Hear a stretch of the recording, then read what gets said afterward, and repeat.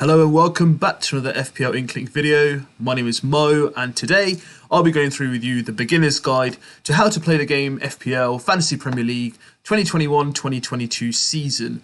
Before we begin today, if you've been here before, welcome back. If you've been here for the first time, I welcome you to FPL INKLING. Thank you for tuning in and watching this video.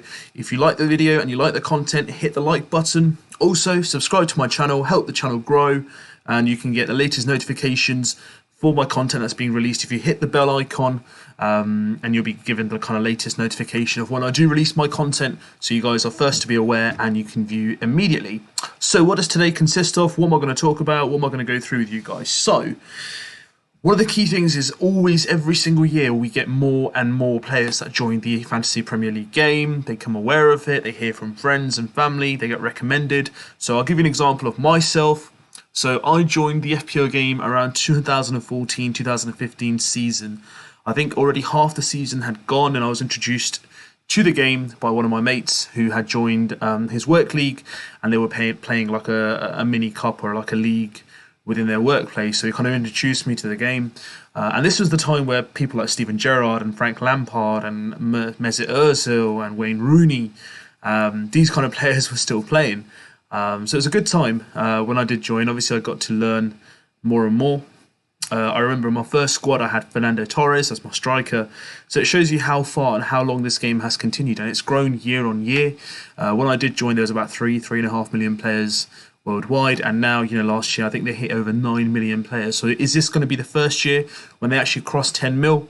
I think it's a good chance. So I thought, why not? When I started, I really didn't have like a manual. I had to read the rules myself. So why can't I just go through a bit more in depth around, how the game works, what the rules are, how you guys can make sure that, you play the game, accordingly to the rules, and ensure that, if you follow the rules, it won't be any penalisation in terms of point deductions, for example, or something simple as missing the deadline itself. So let's begin.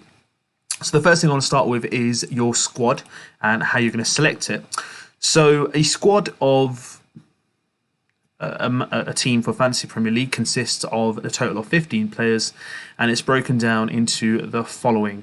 There have been 2 goalkeepers, 5 defenders, 5 midfielders, and 3 forwards.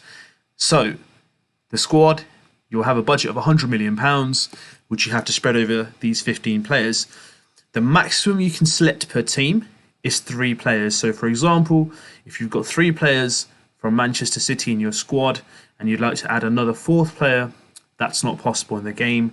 It's not permissible. So you'd have to remove one of them. So it has to be like for like. So for example, apologies. If you have someone like Kevin De Bruyne in your squad and you want to bring in Riyad Mahrez or Raheem Sterling, and you've already got 2 other players from Manchester City, then ideally in this situation, for that move to take place, you would have to swap Kevin De Bruyne for Riyad Mahrez or vice versa. But the maximum you can have is 3 players from a squad. So only 11 players can play. And basically your budget will be £100 million in total. You don't have to spend every single penny or every 0.1 mil in this game, as it usually says. You can keep a budget spare, so for future transfers, if that's something you would like to use, that's entirely your choice. But however, the best way to do it is actually to maximise your budget. And then obviously players, as they play along the season, they can have an increase in price due to good form and demand of players, but they can also have a decrease in price due to form and lack of people who are transferring that player out of the squad. So that is the first part of selecting your initial squad, and this is how it's going to consist.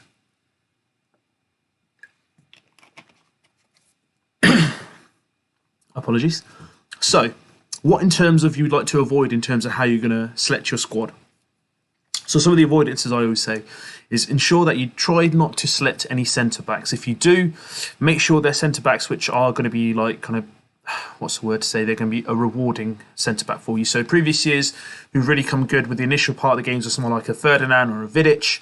But recently we've had someone like a Van Dijk who's been really good in terms of a return.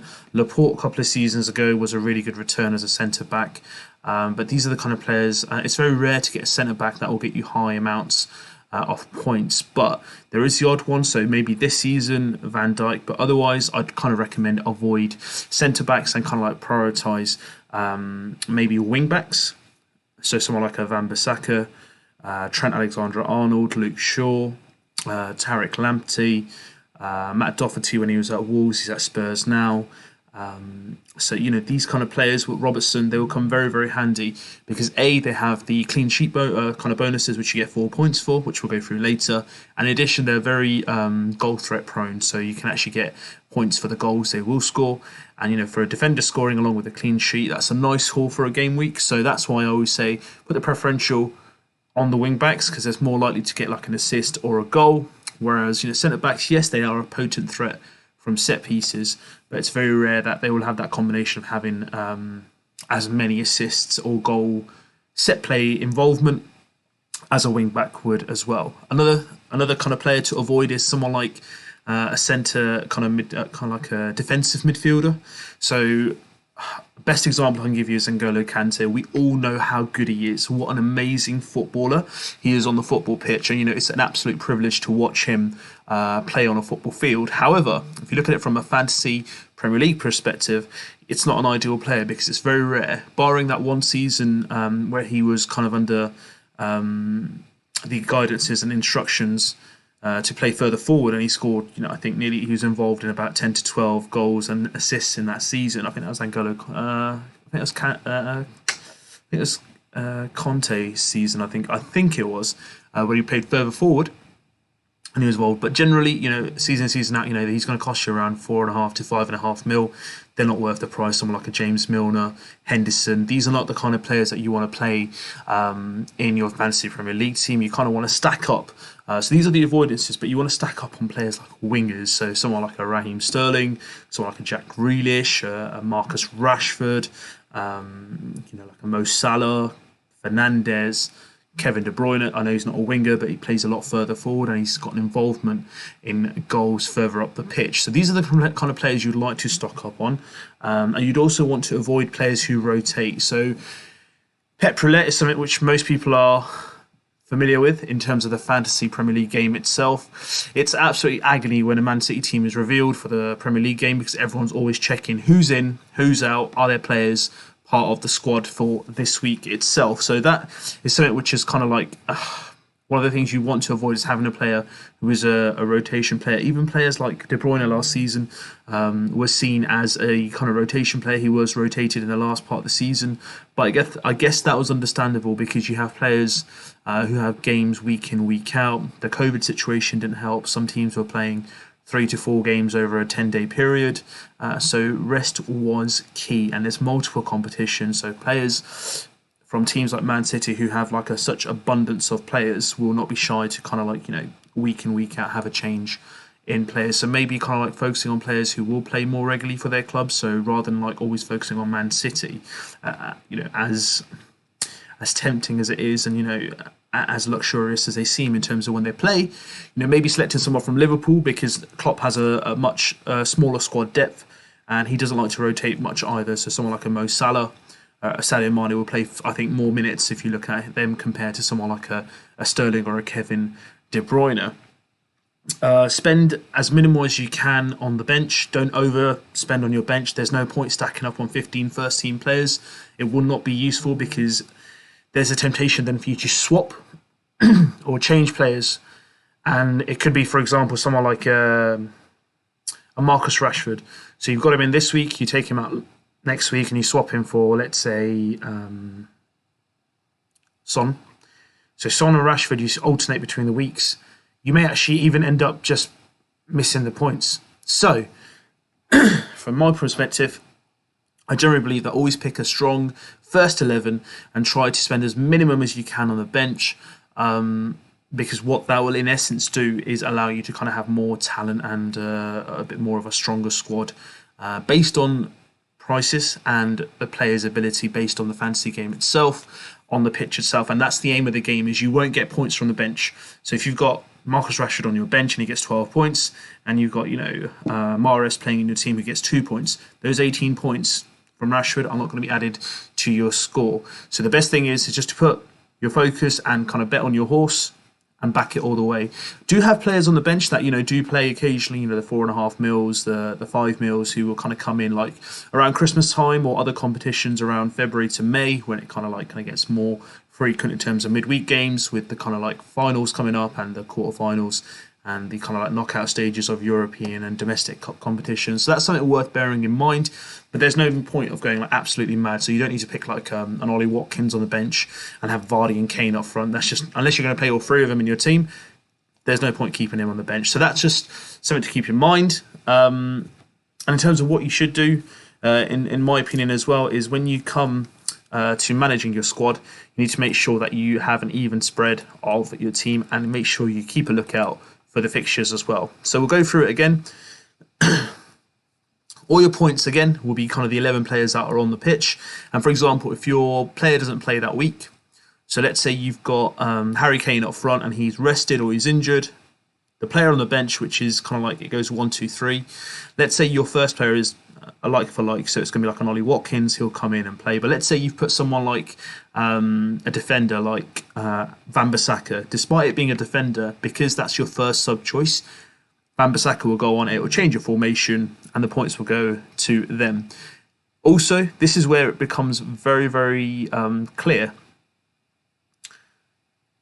that you need to choose your captaincy very wisely, because the formations that you're going to be playing is you're going to have at least a minimum of 3 defenders and at least 1 forward at all times. So you can't have a 5-5 formation, for example. It's definitely going to be like a 3-4-3, a 4-5-1, a 3-5-2, 4-3-3, 5-3-2. So these are the kind of formations that you will be looking for. So those are the kind of formations you need to keep in mind and plan your squad accordingly. So in terms of captain and vice captain, this is the kind of main decision which kind of like has to be your main thinking point per week. And this is where your kind of, I would say, information, your research and looking at the fixtures will kind of determine what decision and who you select for your captain. So you'll always nominate one captain and vice captain. I think people underplay the vice captain kind of like decision as well. It's very vital you choose a vice captain that you think will be the best choice as being your best replacement for your captain that you do choose for that game week, because you never know. Let's say your captain doesn't play that week, you've at least got your vice captain to fall upon. So for example, Kane doesn't play and Fernandes is my captain. Fake Kane will get 0 points, change over for a sub, and Fernandes will become my captain. And Fernandes, let's say he got 10 points, it'll be doubled, and your captain will get 20 points. So that's the key benefit of being a captain. You will get double points for it. And you need to make sure you look on your bench on who's your subs, because if you've got someone like a Wan-Bissaka playing Liverpool and he's your defender, and you've got someone like your next defender, let's say you've got 2 defenders on the bench, and you've got someone like a Tariq Lamptey playing Newcastle, then obviously, I would prioritise Lamptey as number 1 sub, because I think he would be more likely to get a clean sheet for the game he plays. But again, that is my opinion. It will come handy later on and during the season itself. In terms of transfers itself, so you get your first deadline, which is unlimited transfer. So when you create your squad, you can change it as many times as you like. You won't be penalised. You won't be kind of losing any points or anything before the first deadline. Once you hit the first deadline, so 90 minutes before the first kickoff of the season, each game week you're going to get 1 free transfer. So each additional transfer you make in the game week, for example, let's say you've got 1 free transfer and you make 2, you're going to lose 4 points as a penalty. So from the total score, so for example, you're starting the week and you've got like 100 points and you've made 2 transfers and 1 transfer is available for you for free this week, you're going to start with -4, which puts you on 96. If you don't use your transfer at all, you don't have to use it. You'll get an additional transfer for the next game week, so you'll be carrying over 2 transfers. Unfortunately, you will never have more than 2 transfers free available. So let's say you go 6 weeks without changing your transfers. It's not going to be 6 transfers. The maximum you'll remain is 2 at that time. In terms of chips, now this is the most crucial part of the season for me. How to play your chips. So what you need to do is I'm going to go through the 4 chips that you have for it as well. The first thing you need to do is kind of understand how these chips work. And basically the reason why they're given is kind of like this. These decisions, there's 4 chips, but you can play them 5 times. So the wild card, you get 2. So we'll go through that once I get to the wild card itself. So the bench boost is the first one. So those points are basically points from your bench that are added to your game week into your total. So let's say hypothetically, as I said, 11 players are going to get your points. The bench points on a normal week will not be added.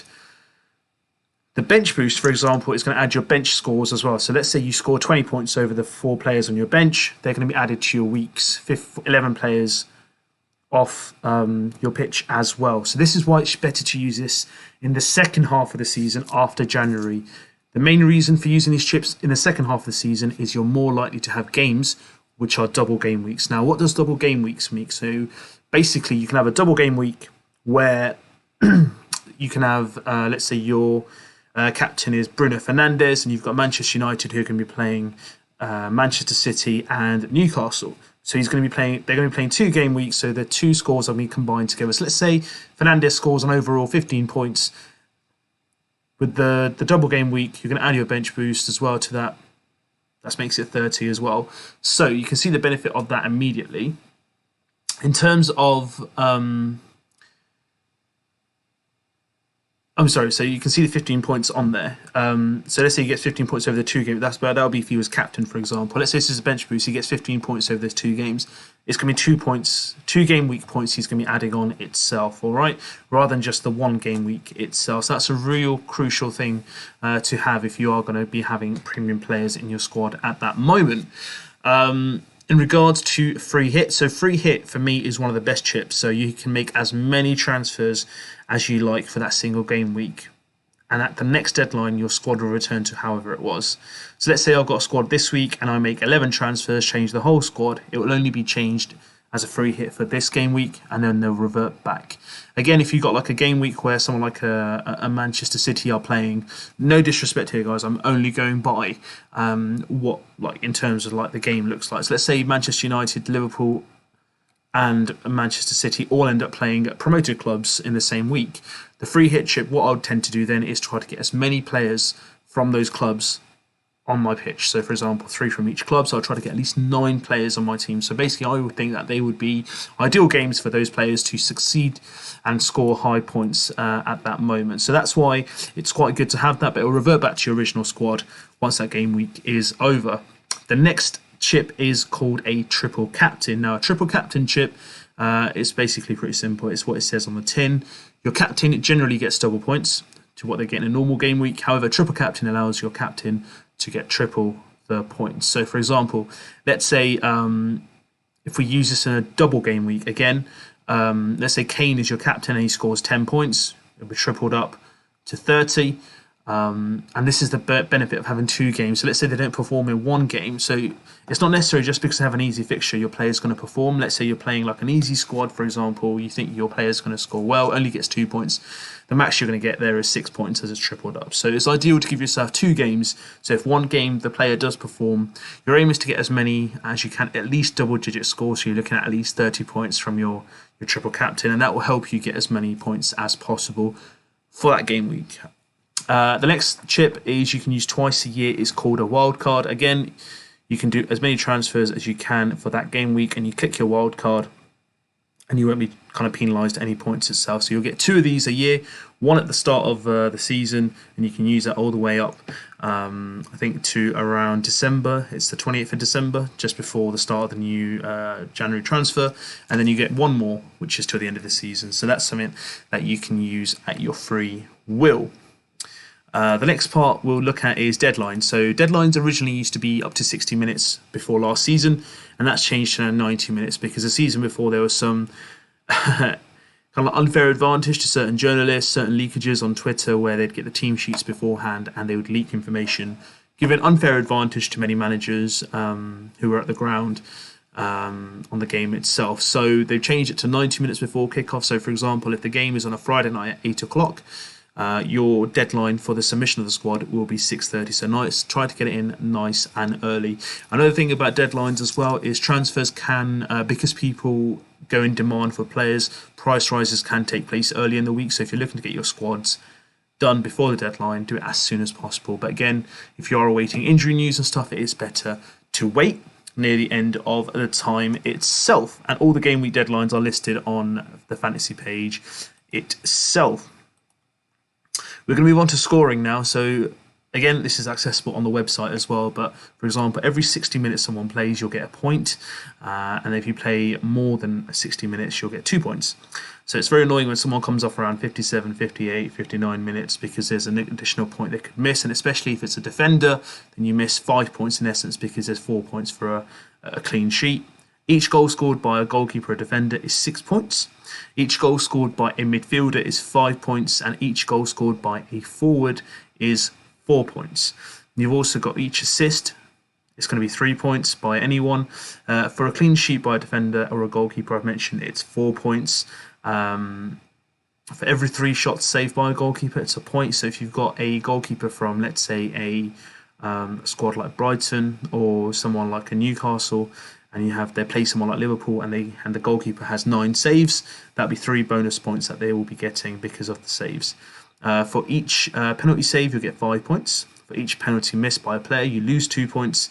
Bonus points per match can be from 1 to 3 based on the performance of the player. So the man of the match will get 3, and it can go all the way down to number 1. For every 2 goals conceded by a goalkeeper or a defender, you'll lose 1 point. So you can get 2 points for 90 minutes, but if you concede 4 goals, you'll get 0 points for that game for the defender or goalkeeper.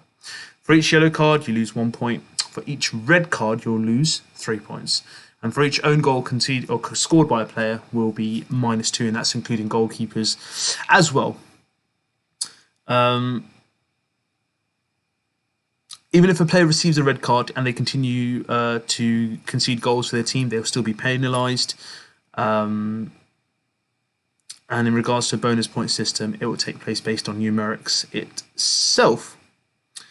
So let's go down further. So you have leagues as well, which you can join. Like obviously I've created a league for FPL INKLING, and you have cup competitions as well, which you can join on the game itself as well. So these are the basic rules, guys, for FPL itself. So I hope this helped. This is kind of like, the beginner's guide for myself. I hope it was useful. I hope you've enjoyed the information I've given. If there's anything I haven't covered and you've joined this for the first time and you're still not too sure about it, feel free to drop me a comment on this video. Contact me on my Instagram or Twitter. Let me know what I can help you with. If you've enjoyed the video, hit the like button. If you want to subscribe to my content, I'll be bringing in more videos around the game itself, as well as kind of like updates to drafts and other special videos as well. Thank you so much for viewing. Hit the subscribe button if you like the content and you want to be part of my channel to help me grow. And also hit the bell icon to get latest notifications for the game itself. If you haven't joined the league code is right at the bottom. So please join. Be part of the FPL INKLING League, and let's have a great experience this calendar FPL year. Thank you so much for viewing. I'll see you guys soon, and have a lovely evening.